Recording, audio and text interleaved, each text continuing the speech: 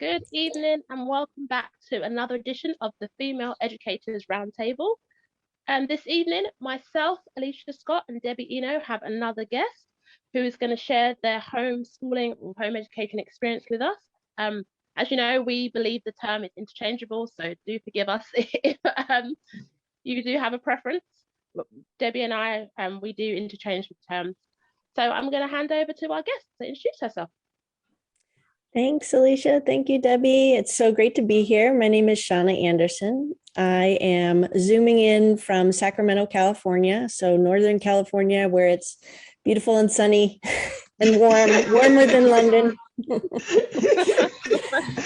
It is currently, 10 in the morning. So it's morning, evening for you guys. And I am a mom of 6 children, ages 17 down to 6. And we have home educated our kids on and off, depending on the kid, depending on the year, depending on my capacity to do it.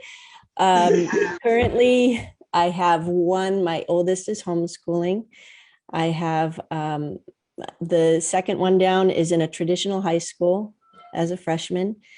And then the 4 littlest are all in a Waldorf charter school here. So that is the current iteration of our education here in the Anderson house. My day job is I have worked at what we call here in California, a non-classroom based public charter school. So we're a charter school that's under the umbrella of the public education system here in California, and we don't have a school site. So all of our kids that are enrolled in our schools, we have about 2,700 kids. All of them are educated at home or in the community under the daily oversight of their parents, but the monthly oversight of a credentialed educator that kind of makes sure they're on track, which is it's a beautiful, amazing type of education system that we have here. And it's unique to California. So I've been doing that for 17 years, helping thousands of students and families. They identify as homeschoolers, right? But they're really public school. And just seeing how well this model of education has helped people. So I started a company called U-School, taking that model and kind of privatizing it. So bringing that idea of a learning advisor for a family, that a learning advisor that knows your children, that knows your family, that understands your unique situation, that grows with you from kindergarten through graduation and can help you, guide you, help the students with their goals, and just understands how they learn. So that's what we're doing at U-School. And I am very bullish on home education or alternative education as we are in the 21st century, and just, school is not serving a lot of kids for whatever reason. So I'm really happy to be here. I'm thankful that you invited me into this discussion, and just really appreciative. Thank you very much for accepting the offer to come and discuss with us, the alternative education, because too often people seem to be so conditioned that there is only one way of education, which is the traditional. And COVID have actually taught us that there are alternatives which works well. And I think we must never forget that it works well, contrary to what other people would say to us, that, in terms of, socialization, etc., etc. Nah. It works well. So thank you very much. We do appreciate that, Alicia. Oh, I'm Debbie Eno. I'm a traditional classroom teacher, but passionate about alternative education, because I do feel that the traditional education program our children. It doesn't allow for innovativeness and creativity.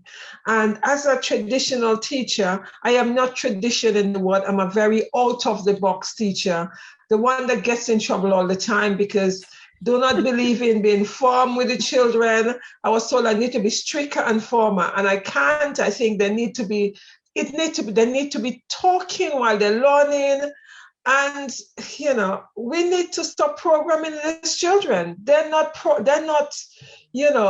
machine to be programmed. So I'm so against the traditional education. I'm in there because I feel I could make a difference and rock the boat a little bit.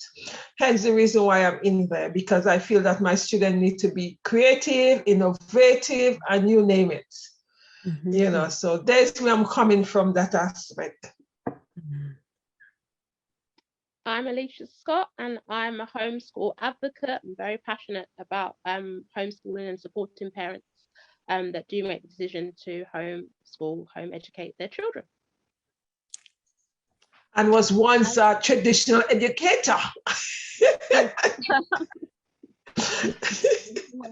Yeah. Okay. I'll kick off. So why did you decide to home educate or homeschool?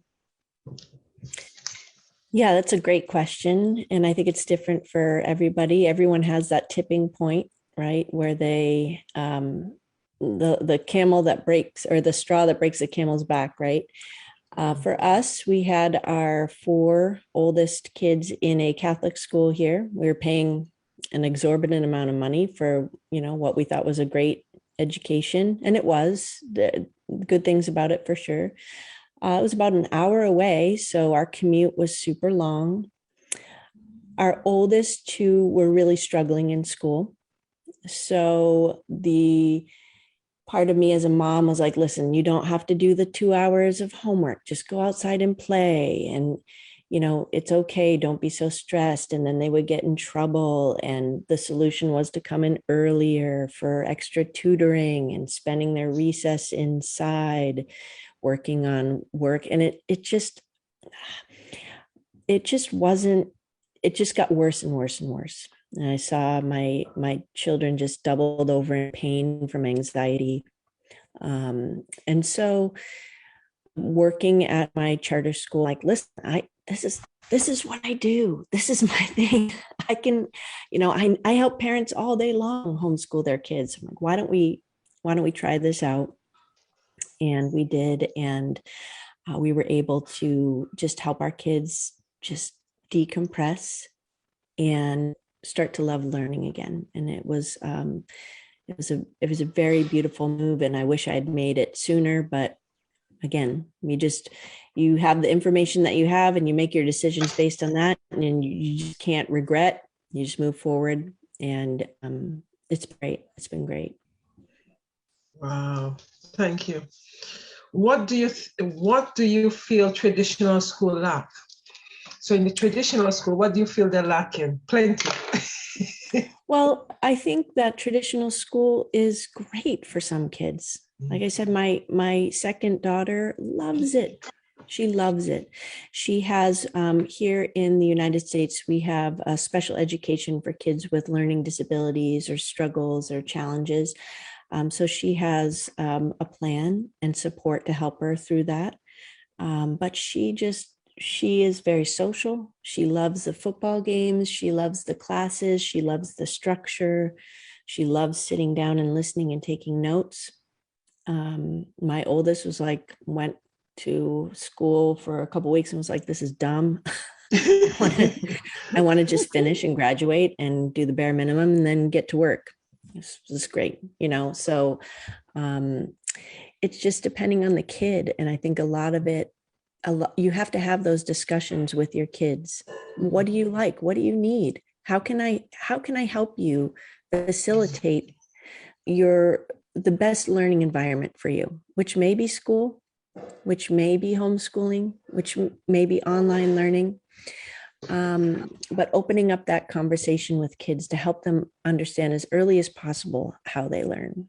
And I think for traditional schools, back to your question, Debbie, what do they lack? I think for traditional schools, they have to teach kind of to the common denominator.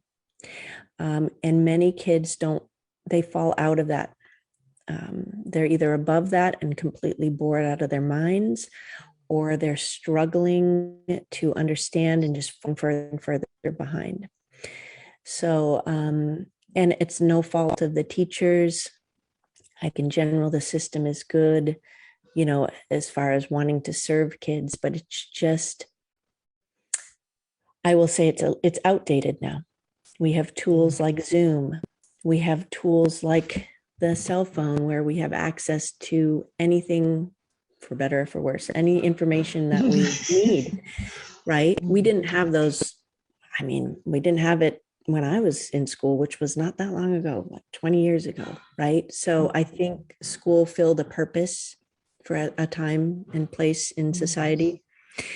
And right now, it's not really serving that purpose well anymore. So that's very true, Thank you. That's very, very true. We are running an outdated system. Yeah. We often say that on our platform that we have with our mentoring organization, and lots of people share that view that the school system is outdated. It's shocking that the same topics are still being taught when I was at school, the same resources. Like when I was working in traditional schools, I was shocked. I was like, this book used to be read when I was in school. And I even made a joke saying, why are the children not grown up? Why are they still children? I don't know if you know the Biff and Chip series. That's a common series that I was shocked that was still being used in schools. I was like, really?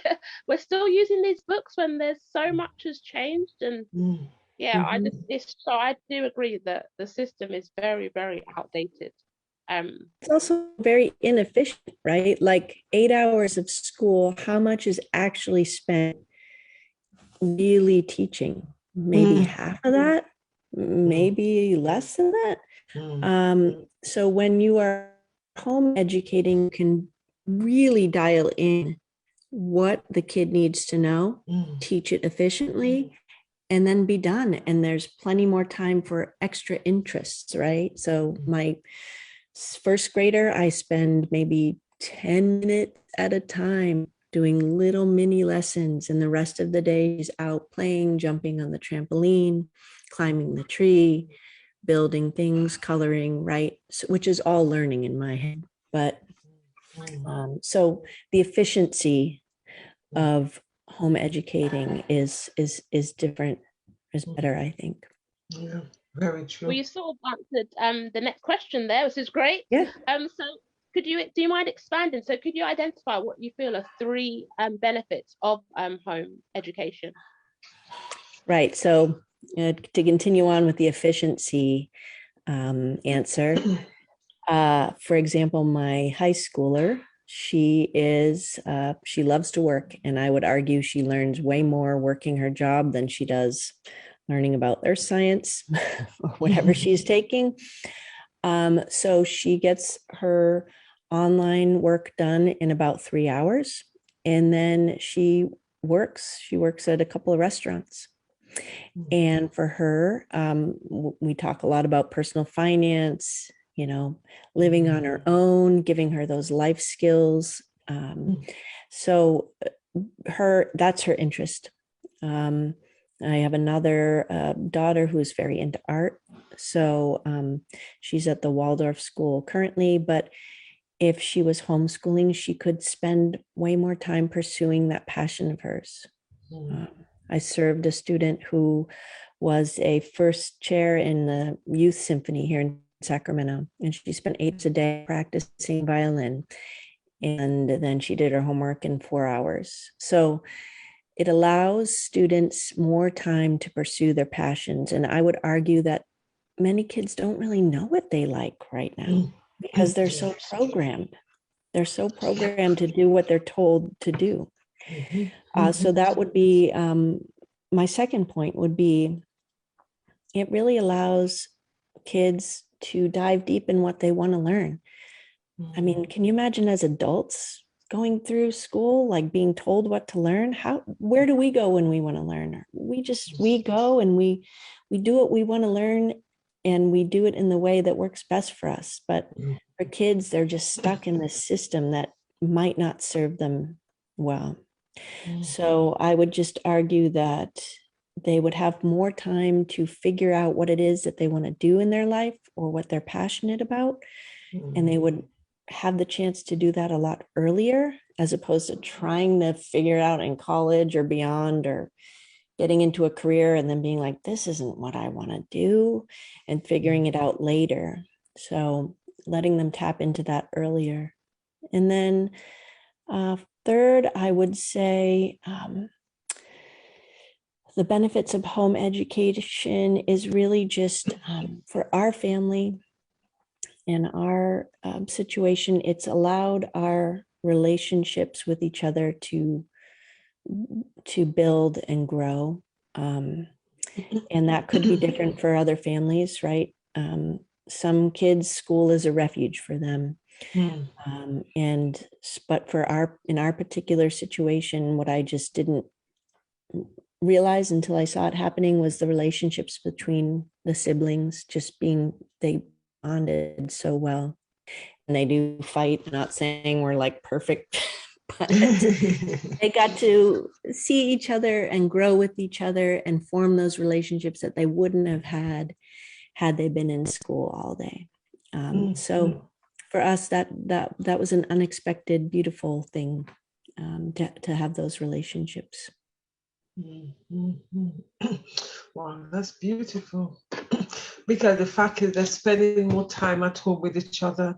So they're also forced to start forming some form of relationship. Whereas when they're in school, they're just passing each other. When they come home, they just pass each other. They really haven't got time to build anything, because it's like, get up, rush to the bathroom, get sorted, rush off to school, come back, do work, and it's like a program all day. It is so very true. And I think that's what COVID have actually done as well, enable children to spend time with family, and it actually make them realize whether or not they like staying with the family or they didn't like staying with the family. Because that's what some of the things the students say when they came back. Some of them hated staying with the family, and some of them enjoyed spending time with their younger siblings because they never had time to do that. So, and that's a challenge. Maybe, I know, Alicia, with one child, especially if you have a social child, it can be really hard. It can be hard and isolating. And so really understanding what your kids need and asking them outright, do you need to hang out with your friends more? Or do you like being alone? Is this good? Is this good for you? Is this healthy for you? And then helping to facilitate that. If you have a kid that just needs to be social, really helping to plug them into a community, whether it's music, whether it's sports, whether it's acting, whatever it is, and helping them to find that social outlet. I agree. No, it's true. There's such a widespread homeschool community that I don't think a lot of people realize, because people are always quick to say, oh, when you home educate, the child's not able to socialize. But I don't think people realize that the community, there's such a large community.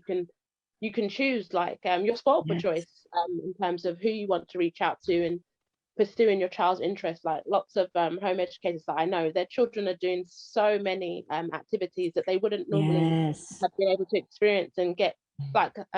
One family I know, her son's doing his exams really early, way ahead of schedule, and that means he's got more time to focus on his business, and he's also got other interests, and that again, he's socializing on a daily basis. He's not missing out on school.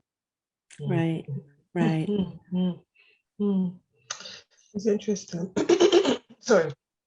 We know in primary school the children has very high curiosity, they love learning, but when they get to secondary school, they lose all of that.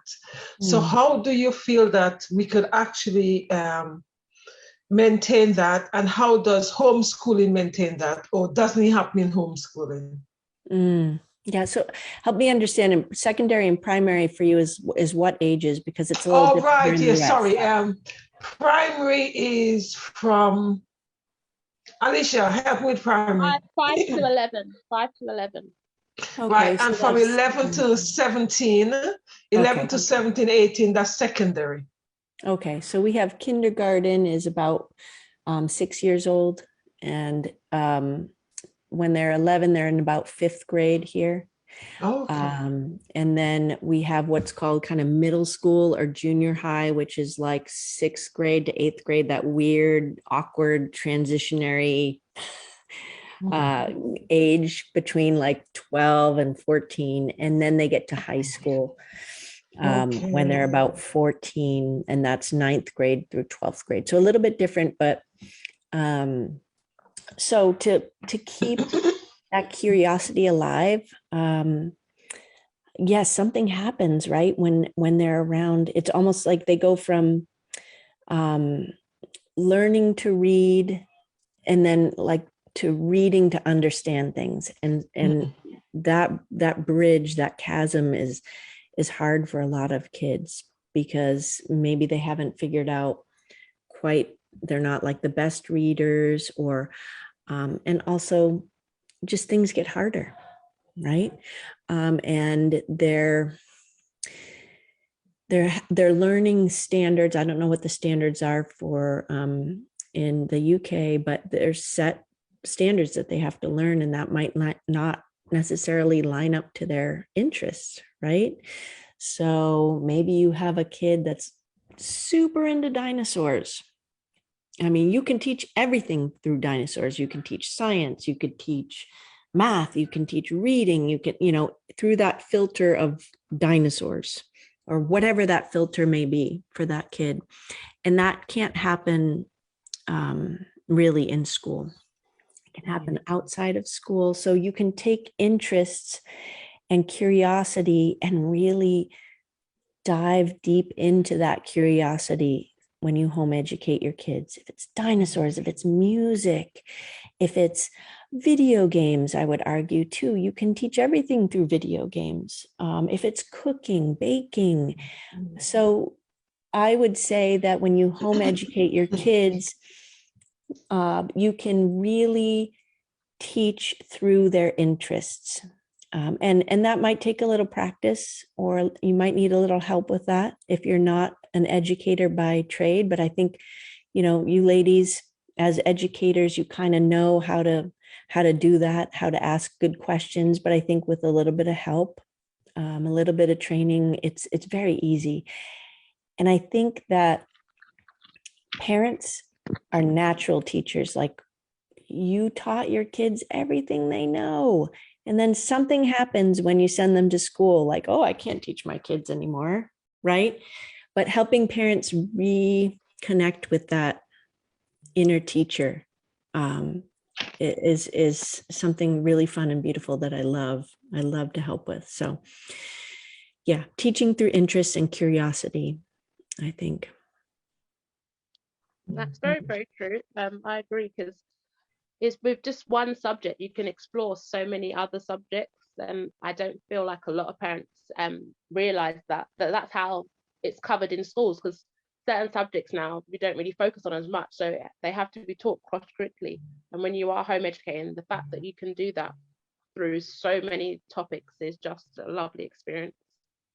Yeah, like Pokemon. My son loves Pokemon cards. We learned about mammals using Pokemon cards, and genes, and how, so really you can teach anything. That's very, very true. And that's what I feel like, that's what's not happening in schools, that they're not focusing on what are the pupils' interests, and the same topics are just being taught every year. So of course the children are going to be bored if you're not changing your curriculum, if you've got the same curriculum map. And I've worked in schools like where we used to sit down and do planning. All they would do was just change the date. And I was like, that's not planning. All you've done is change the date to the current year and say, right, we've done it. We've done the planning. We can all go home now. And I'm just like, so you're not going to change the topics. You're not going to realize that there's different interests now. Kids are into different things. They're not into doing the same. But yeah, I worked in a school that they'd maintained that this is what we've done, so we're going to keep doing it. And it's really, really sad when that happens. Right. There's a mindset with parents too that's like, well, it worked for me. I went through school. I did college. I'm successful. It's going to work for my kids. And that is just not that true anymore. Like Exactly. our world is not their world. We don't know what their world is going to be, right? So we have to, as parents, I think in general, I think kids will be fine. Kids are fine. They're resilient. They'll, in general.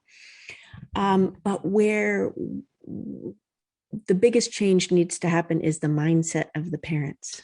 Yes. We have to change parents' mindset. Like, yes. This is not our world, and we have to almost learn along with them. Yeah. Right? Like, I'm learning social media along with my kids. I don't know how to navigate this. I didn't have this. Let's figure this out together. We're going to make mistakes, but we're going to learn together, because this is something that's going to be around, and we can't not use it, right? Because this is their world. So, Yep. Very, very true. So we touched on this briefly when you mentioned one of your eldest with personal finance. But how else do you feel that how else do you feel that home schooling helps young people to navigate the real world? Well, yeah, just talking social media, right? We've had lots of conversations about your digital presence. What are you putting out there for the world? Is that private, really? How can it be a good tool, right? It's like a car. We talk a lot about this. A car is it's a death machine if you don't know how to use it and you don't follow the rules. But the car can take you to amazing places, right? So teaching kids the skills that they need, the information they can find. They can find whatever they want to find out. They'll find it. But how do you know it's true? How do you know it's from a reliable source? What are you going to do with that information now that you know it? How can you use that information to change the world? What are your unique talents? What are your strengths? How can so all of these things that you can't, I'm sure teachers would love to do that, would love to get into that and spend time on that.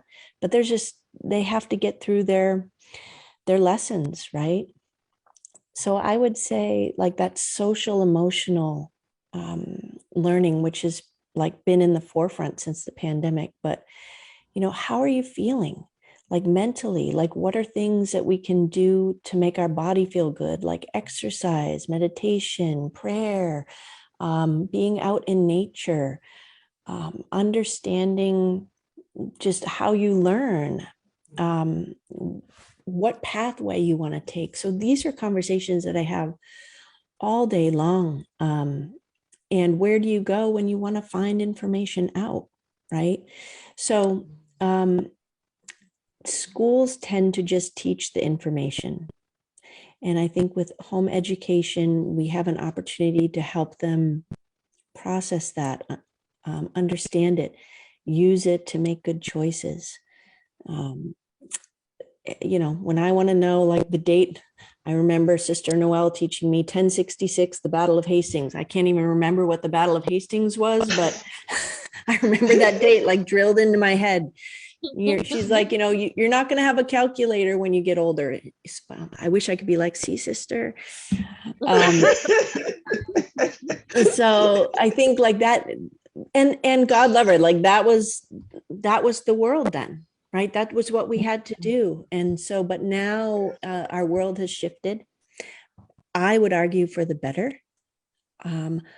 Look, like, if I want to learn about Nigeria, I can get on a Zoom and I can talk with someone in Nigeria. What is life like in Nigeria? If I want to learn about being a doctor, I can watch a surgeon do a surgery online now, right? So these things we did not have when we were growing up, and our kids have that now. So helping them to understand and really delve into what they love and how they can make the world better with what they have to offer. And that doesn't have to be anything big. It can just be being a good person, being a good friend. It could be as simple as that. What does it mean to be a good friend and to be empathetic and to listen to people? So yeah, I think I got totally off track with your question, Alicia, but no, you definitely answered it. So I'm here taking notes. So no, you definitely answered it. And it's true. I liked when you were speaking about social emotional, teaching children more about that, because again, that lacks in school. And it's like you said, that same as in the US, the same as here, there is just no time to have those sort of lessons. But I know that I worked with the younger ones, so I used to make sure that I did include those circle times. And when you do work with the younger ones, you have got more of those opportunities to try and squeeze in those sort of lessons. But I know that as they moved up through the years, they probably didn't have those opportunities to talk about certain topics. And it was just literally get on with the work that's been set. And certain areas just get neglected, which is sad, because children still do need to be reminded about being a good friend, being able to talk about their feelings, and just having that safe space. Because for some children, school is that refuge. And if they haven't got the place to express themselves at school, then it's even worse, because then that they're going home to that environment. Right. So it's a shame that the curriculum does need a revamp. It goes back to what you said earlier. It needs to be updated. It really does, to reflect the current world that we live in. Right. Very true. Very true. And just thinking about, kids really need to feel, they need to feel loved and heard before they even will open up to learn anything, honestly. Exactly. Yep. I mean, I can think back to I had one teacher, an economics teacher of all things, but he asked me about what I was interested in at the time. Like, it was just that one little seed. And then that's all he had to do. And then he was my favorite teacher, right? We had maybe a 5-minute conversation. And there's just, I think teachers, like I said, would love to do that, would love to spend time with their kids, getting to know them, but there's just no time for that. And that's really sad, because I really feel kids need to feel a connection, that you hear them, that you understand them, that you are there for them before they will even open up or learn anything. So, and that's sadly missing through no fault of the teachers. I think it's just the fault of the system, right? Yeah. It is so very true, because something I say all the time, I say when the children are coming to us, they come with a backpack, and in that backpack, there's so many things in it. The anxiety, they probably haven't had breakfast, parents arguing, there's so many things. So before we actually get to the academic, we have to unpack that backpack, and then we have to get to the academic. Sometimes we may not even get to the academic on that day. It might be on the next day. Right. Debbie, I love that analogy. Like, you have to unpack that backpack before you can even get started, right? Exactly. Because the child coming late, right? It's interesting, because there's a video I saw on thing, and I keep on throwing it out, because this child coming late, the teacher automatic response is, "You're late. Why are you late? Stay out of the class," or whatever. But you don't know what the child had to do before the child come to your class. And I remember seeing this video of this little boy coming to class late every day, and the teacher did not have presence of mind to find out from that child, "Why are you late?" Then one day the child was running late, and I think the teacher looked out of the window and saw the child having to push either his elderly dad or granddad in the wheelchair to take to somewhere else before he comes to school. And that teacher had to reassess. Because you see, we're so quick to think it, we look at things at face value, but we need to remember there's so many other things underneath that we are not aware of. We'll only become aware if we ask questions. Yes. And that was a real reflection for me, because I said to myself, one of the things I don't do when students are late, I said, "Come outside." And I said to them, "Okay, why are you late? Tell me why you're late." "Oh, I have to drop my little sister to school because, my mom is a single parent." And it's like, Yes. So therefore you have to make a decision. But you know, some of them guys just lazy anyway. You could decipher that. But when children are coming to us, we need to know what else is going on with them. Because some of them may not even have breakfast. Right. Right. If you And we don't even expect have them to learn.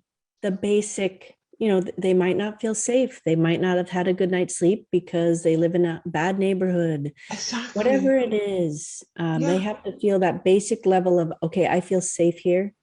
I feel like I can talk to this adult. I know that this adult cares for me and loves me and will take care of me if I, you know, if I open up to them. And I think teachers, they want to do that. I think that that's, I mean, look, we're as educators, that's our nature, right? We love kids. We want to help them. We want them to get better. But I think the system just, it prevents us sometimes from doing that as good as we want to do it, right? Very true. That's very true. What are some of the challenges and triumph of home educating? Oh, geez. Do we have another 2 hours? No. Look, personalities. Sometimes I hear a lot from parents, you know, oh my gosh, I could never teach my kid.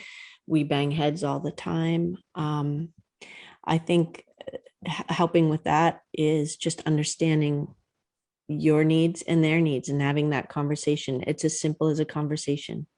And that's easier to do it when they're a little bit older. When they're littler, it's more of a challenge. But some other challenges, I work full-time at my day job, full-time at my startup. So what is your capacity as a teacher, as an home educator? What can you handle? What can your kids handle? You know, we use a lot of curriculum that is not very time intensive because I don't have the time, and that's fine. Like, it's fine. You don't have to be the person that sits with your kid 8 hours a day at the dining room table doing work. And that's not what homeschooling is, right? You're not teaching them for 8 hours. It's mostly just facilitating, right? Social, like if you have a kid that really needs that, finding that community, I think, can be challenging, and it might take a while. We got plugged into a great community here when we were homeschooling, and every Monday was park day. And we spent all day at the park with all of the friends, and that was part of our curriculum. I didn't punish them and take it away if they didn't do their work. That was part of our school. You would be at the park on Monday, and it was great for them. It was also great for me to sit with all the other moms and pick their brains and just have that outlet as well, because as parents, home educators, we need that outlet too. Sometimes we're like, I need that adult conversation. Picking curriculum is another huge area that parents are always wondering about. I think if you jump from curriculum to curriculum, you tend to have a lot of gaps in their knowledge too. So helping parents to understand, you know, using things to fidelity, using a program to fidelity, I think is important. But also knowing when to quit if it's just not working. Yeah, and just in general, like parenting, you know, we give up, not give up, but like we relinquish that parenting thing when we send our kids to school, right? And so we put a lot of trust in the system of school to parent our kids for us. Sometimes that works out better for the kids. Most of the time it doesn't. And so, you know, what are your values? What's important to you as a family? What are they learning that you don't necessarily agree with, or maybe there's something that you want them to learn that they don't get to learn in school. So all of those things I think are challenges. They're not impossible challenges. And I think if you're an experienced home educator, it's a little bit easier. If you're just starting out, it's like deer in the headlights, like, what am I doing? How do I help? And there's help out there. So it's not impossible, especially now with all of the tools and the resources we have available. Thank you. Very true. So what are 3 tips that you'd give to someone that's considering homeschooling? Well, if you're coming from a traditional school, I think a good tip that I find is there is a period of just decompressing, I think. So, for example, if you were going to start home educating at the start of the new year, don't just dive right into it, right? Just take some time to just readjust schedules, learn how to be together, learn to, just learn about each other. So I would take some time to just get reacquainted with your kids. Go outside, go take a hike, go to a movie, talk to them. So don't just dive right into, okay, today's math, we're going to learn about fractions, because that's very jarring for you and for the kids. And then if it doesn't go well, it's frustrating. And so that would be a tip that I would say, is to just spend some time. I think some people call it de-schooling, right? Deprogramming your brain about that schedule. Sleep in, stay up a little late, right? Do fun stuff. So that would be my first tip. My second tip is I spent a lot of time as a teacher planning lessons, all organized for the entire year, putting everything together. And then like a week into it, it was just all, and this happens in the classroom too, sort of, right? It just all went to crap, right? And it was frustrating because I had spent an enormous amount of time. So I would say a tip would be to just be more flexible, have a guide of where you want to go, but planning out like hour by hour, right? Unless that's something that your child needs, and maybe that's true. But for us, it was kind of a disaster. And instead of what I would do, instead of planning ahead, is I would take time at the end of the day and almost like a journal, write down all of the things we learned, right? So today we talked about this, we watched this really cool video. And because you forget all of the things, like you do a lot of stuff during the day, and then you're like, well, what did we do today? We didn't get any math done today. But when you intentionally write it out and really think about what learning went on, which might not be workbooks, right? What learning happened, and then looking back through that has been just like, wow, we did some amazing things. So I would say that. And then my last tip would be like really, really understand what your kids are interested in. My child is super interested. I have one that's really interested in video games. And I'm like, video games, I don't know. But I spend time with him, sitting down. What is this you're playing? Okay, explain to me. And having him explain like the rules of the game, how it works, what he likes about it, how can he make the game better? So really getting into the learning with your kids would be my tip. Is maybe they're really into baking. Wow, okay, how can we make this recipe a little different? Do you want to put this recipe on a blog? Do you want to start a blog? Do you want to do a video where we can make this together? So this is not only an opportunity for your kids, but it's an opportunity for you. I think of all of I don't remember a ding dang thing of what I learned in school, except a couple of things, right? This is an opportunity to learn the things that you want to learn too. And by you learning with them, you are modeling to them how to be a lifelong learner. Like, whoa, this is so exciting. I'm so excited to learn the guitar. I don't know what I'm doing, but like, I'm going to practice. Let's practice together. Right. And so you're modeling to them so that they know, okay, adults, that's something I could do as an adult.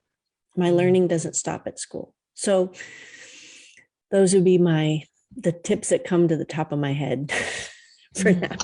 I'm sure I'll think about 100 like later at 3 a.m. when I wake up, right? They're great tips. No, they're really great tips. They're fantastic tips, because it is very true. It's like Alicia said a few weeks ago, when she started home educating, was learning with her child. And that's important. Yes. Because you don't have all the answers. You don't need to have all the answers.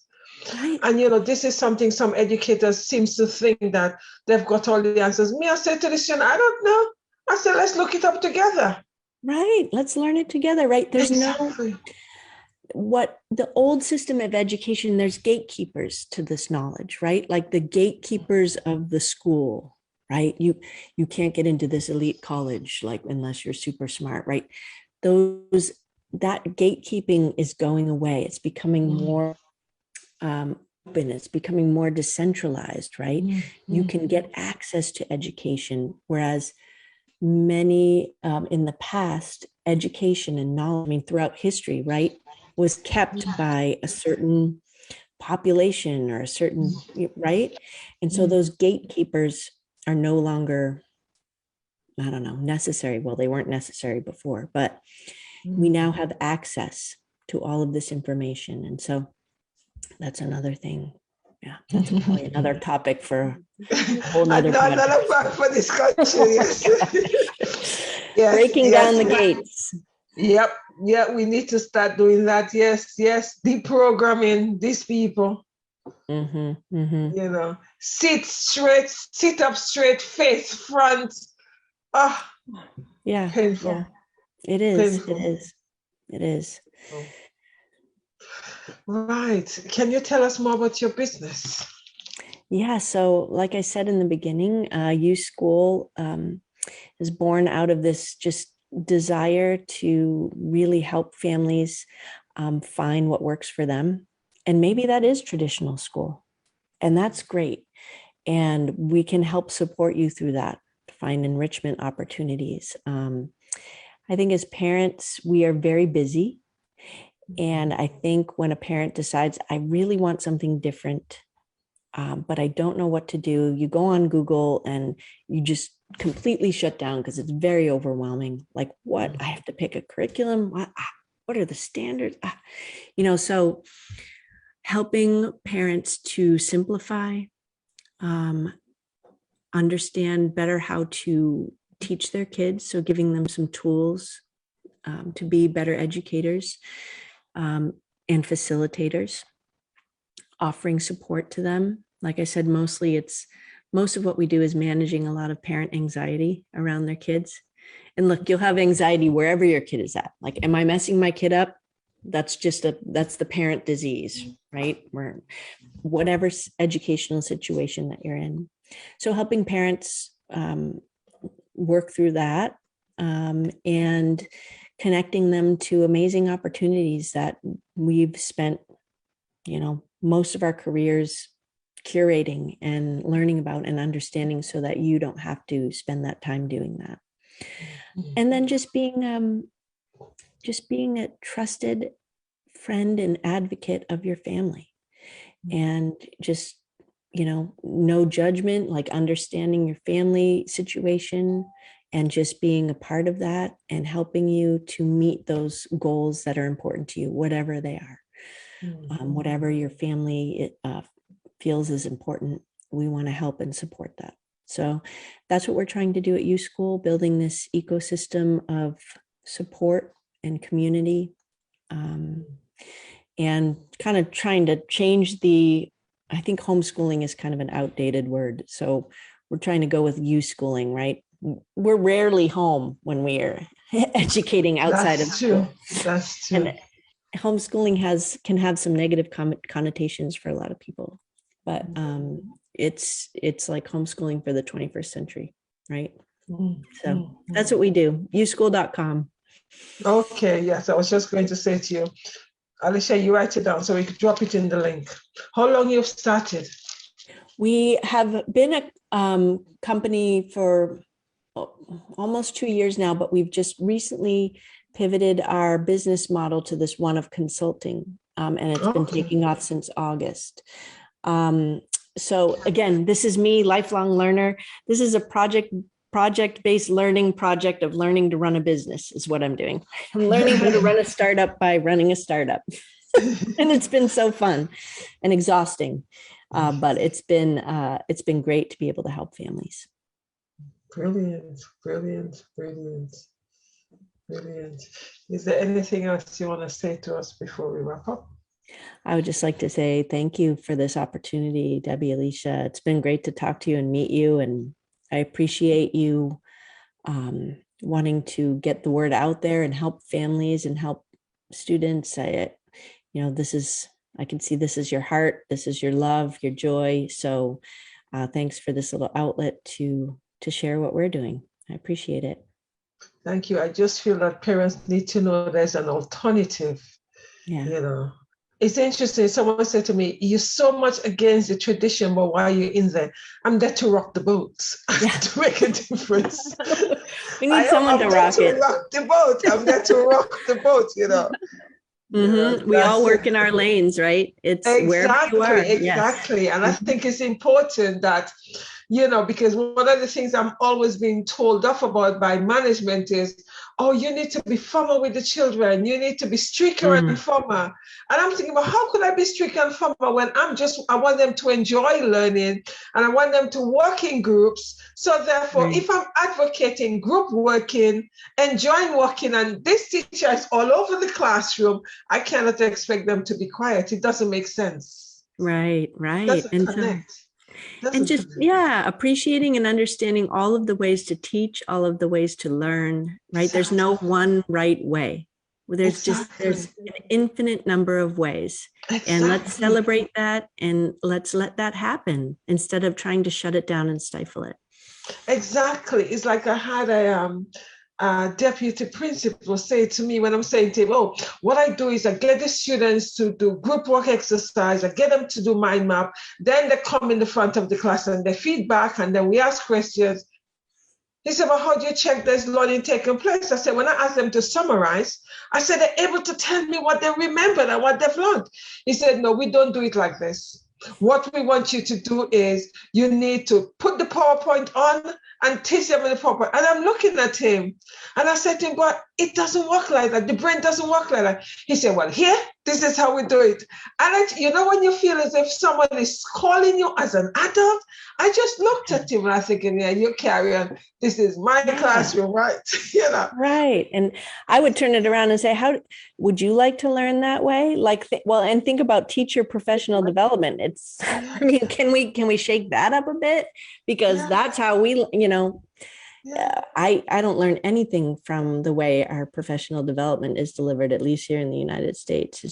It's mind numbing, right? So learning, just appreciating the different ways we learn. Exactly. And it is so true.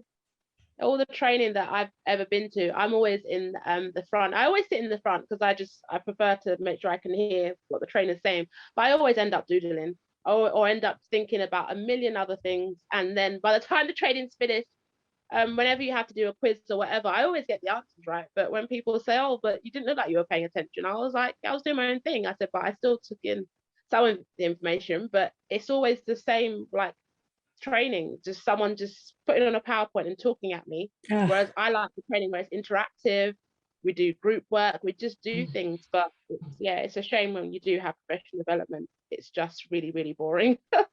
Yeah, right. Yeah, because a lot of it is good content and a lot of what we teach is good content, but gosh, I can't sit through another PowerPoint thing. Exactly. It's dead by PowerPoints, man. Dead by PowerPoints.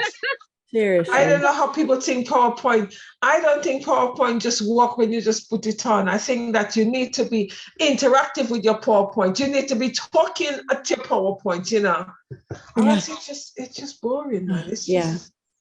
Yeah. So thinking about how we as adults like to take in information and just really honoring that in kids and even little kids. Yeah. honor that, honor their learning style and their interests, which we don't. Yeah. We Yeah. stifle it, and yeah. Yeah, it is so very true. It is so very, very true. Yes, yes, yes. Anyway, is there anything else we need to add? Trying to write the education system? What else can we fix? Thank you so much for coming on the show. It's been a great conversation. Yeah, thank you, ladies. Anytime, just reach out if you want to chat again. You know, I'd love to chat about this. I could talk about this all day long. So yes, so can we. So yeah. can we. So we make a good trio, you know. Yes, right. Okay. Definitely be great. Yes, yes, yes. Yeah, for sure. Take care and stay well and stay healthy, and hopefully we'll get to chat again. Yes, we will. Thank you we so will. much. Thank you so very much. Thank you, everybody, for listening on. Thank you. You know, we're still looking for educators who are doing alternative educating. You know, come and share your journey, because there are lots of people out there who would love to be on this journey, but because of fear that they think they're not able to do it right. Well, you know, when we have people like you, Shana, coming on and say, well, it is doable, it's possible. You know, we just have to remind people that it's okay to mess up and to learn with your children. Yes, you know, so it's just really naive. Anybody out there want to come and share their journey with us, we would love it and we'll welcome it, because it's going to inspire other people that it's okay to do. Yes, yep. You know. Great. Well, thank you, ladies. Okay, then thanks a lot. Take care. Stay blessed. Okay. Thanks a lot. Bye-bye. Bye-bye.